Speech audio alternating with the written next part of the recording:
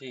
अच्छा, नेक्स्ट इसमें mid unit review है। मिड यूनिट रिव्यू में जो फर्स्ट थ्री लेसन है उनको रिवाइज किया गया है। तो सबसे पहला क्वेश्चन है the probability of a group of students.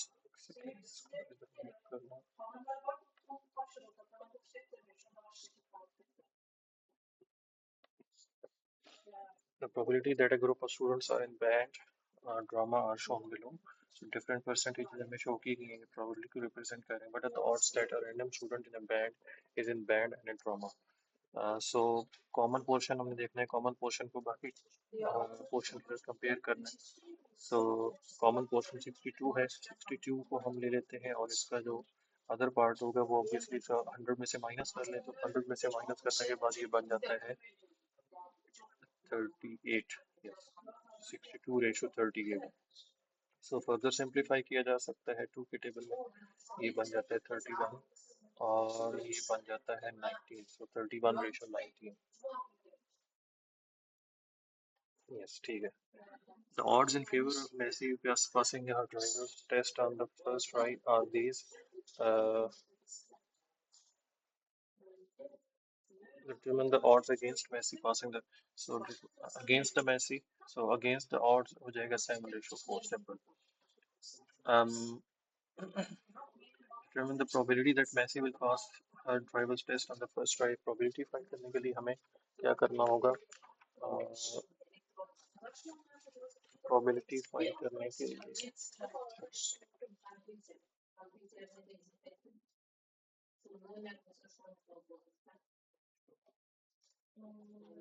हमें आउटकम्स को टोटल करना होगा. टोटल हमारे पास जो आउटकम इसमें बन रहे हैं उन्होंने फेवर और अगेंस्ट में बात की है. So, वो 11 बन रहे हैं. तो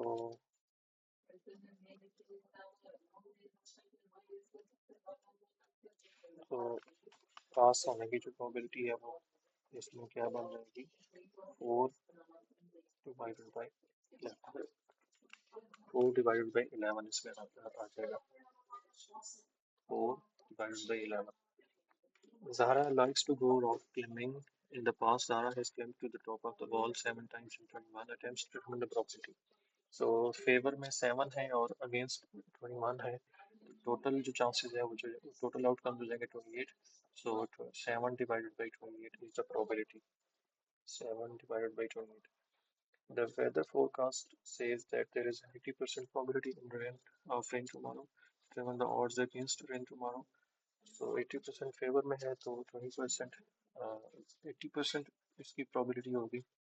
तो 80 फेवर में तो अगेंस्ट कितने हो जाएंगे? 20. हमने ऑड्स अगेंस्ट फाइंड करने हैं तो ऑड्स अगेंस्ट हो जाएगा 20 रेशो 80. इसको सिंप्लीफाई करें तो 2 रेशो 8.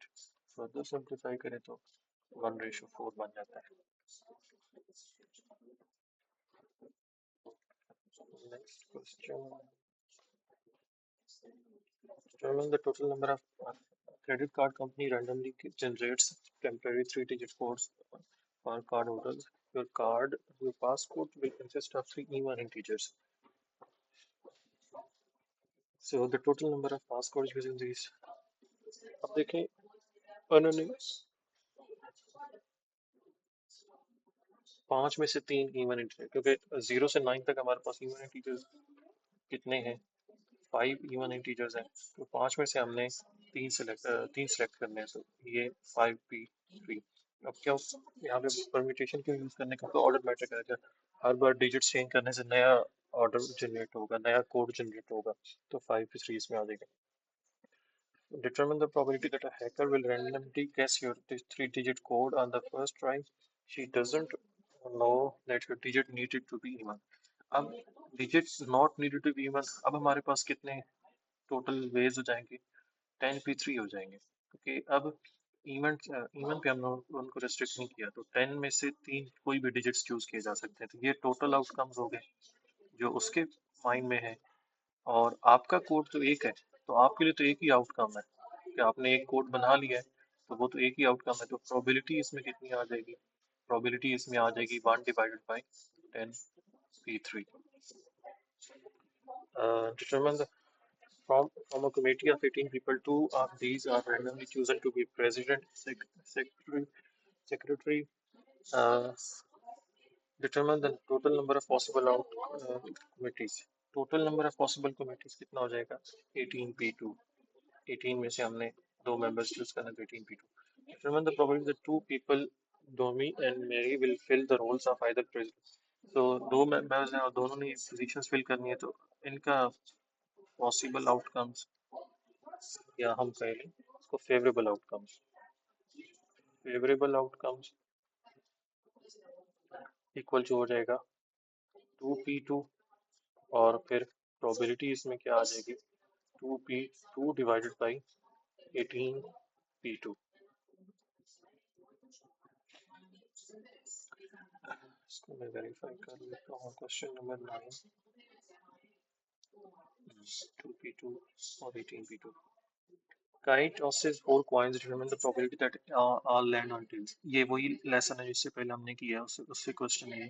4 कॉइन्स टॉस किए हैं, टेल्स आने की प्रोबेबिलिटी, टेल आने की प्रोबेबिलिटी पहले दफ़ा 1/2 होगी, सेकंड टाइम 1/2 होगी, थर्ड टाइम फिर 1/2 होगी, फोर्थ कॉइन में फिर प्रोबेबिलिटी 1/2 होगी। तो इन सबको मल्टीप्लाई कर ले तो 1/16 बन जाता है। Min draws a card from a well-shuffled deck of 52 playing cards. Then she puts the card back in the deck, shuffles again। अच्छा, अब देखें इसमें पुट बैक की बात आ गई, तो यहाँ पे ये कौन सा केस आ जाएगा? इंडिपेंडेंट प्रोबेबिलिटी वाला केस आ जाएगा। तो हमें जस्ट प्रोबेबिलिटीज को मल्टीप्लाई कर देना है। So determine the probability that both cards are face cards or both cards are aces। So पहले हम probability ऑफ और की जगह हमने क्या करना होगा? प्लस करना होगा। तो पहले हम क्या करते हैं? फेस कार्ड की probability of face cards, both face cards. तो फेस कार्ड्स कितने होते हैं? 12 होते हैं। 12/52 मल्टीप्लाई विद 12/52।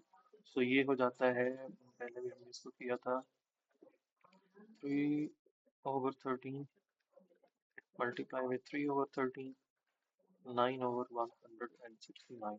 ये हो गया फेस कार्ड्स का। फिर उसके बाद दूसरा हमने फाइंड करना है बोथ आर एसेस।